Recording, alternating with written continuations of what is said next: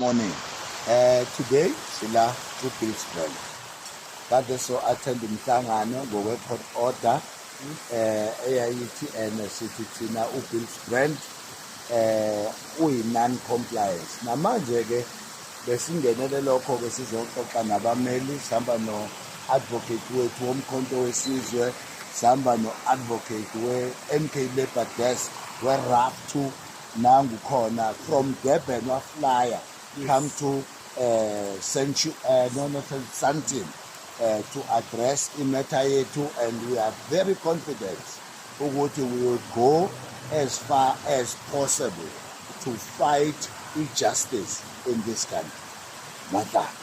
Two. Babunda. Awuthi one. In South Africa. So what I found ukuthi amalungelo abantu awasekho. So sesizihlalele nje. Lena I came abantu bemkhedu bengavunyelwa ukuthi bakhulume ukuthi i-dictatorship ayivumelekile. Umthetho usinikeza i-freedom, inkululeko ne-democracy. But what is happening abantu laba abasezingeni abelungu bathatha i-advantage ukuthi banemali bangenza noma yini. So it's so shameful ukuthi I found it because ama-respondents noma ama-applicants engakwazi ukukhuluma until I came baze bakhuluma sebefuna and futhi yakhoza ikhathi esichithekile.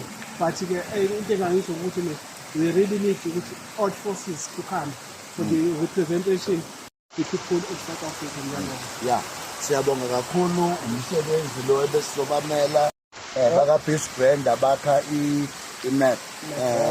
Awusho uzizwa kanjani after ubone u-advocate sa-engage ngaphakathi? Are you happy? Ungathini kubasebenzi? Ngaqala nje ngibingelele emntwini wonke ozobelalele le group. Ubuye ngizobonga kakhulu baphathini bethu ngoqinisa abalenzile. Kade sizama sehluleka kodwa abafowethu benziwa yonke lezinto. Beshona abantu emsebenzini benza yonke lento ongayicabanga njengento right. So ngathanda ukubonga nje kakhulu ukuthi abaqhubeke babe namandla. Ngithi nayo iSouth Africa izoba nalo uthando ukuthi ibe nalo ithemba lokuthi ibuyele izogota, ngoba abantu abaningi sebephelwe ithemba bayogota.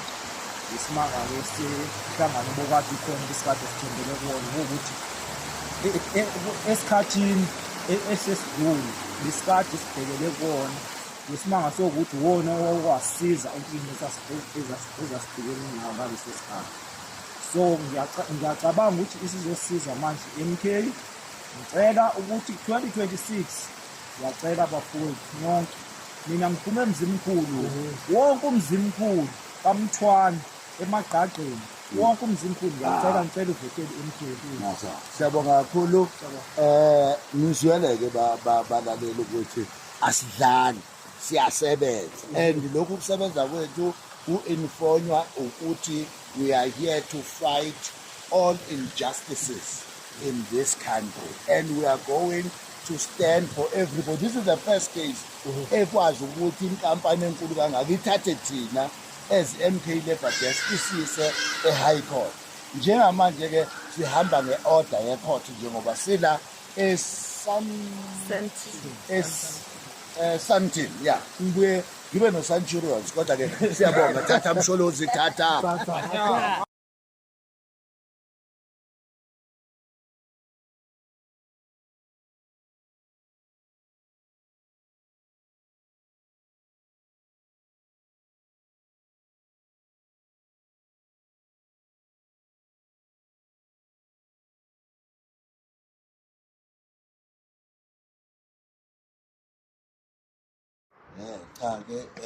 Sikasitshela u-advocate wethu nje ukuthi ke nali ibhilidi elidonate umphakathi ludonatela i-Labour Desk. Right. So sizodinga ukuthi ube involve njengo-advocate wethu ukwazi ukuthi usenzele yonke into ibe semthethweni. Because le nto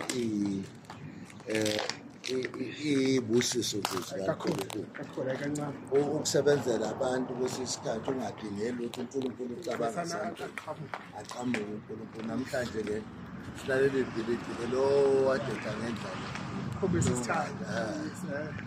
Yes. nalodeda-ke endabeke mfowethu bazosinikeza i-title deed wena bese-ke silekelela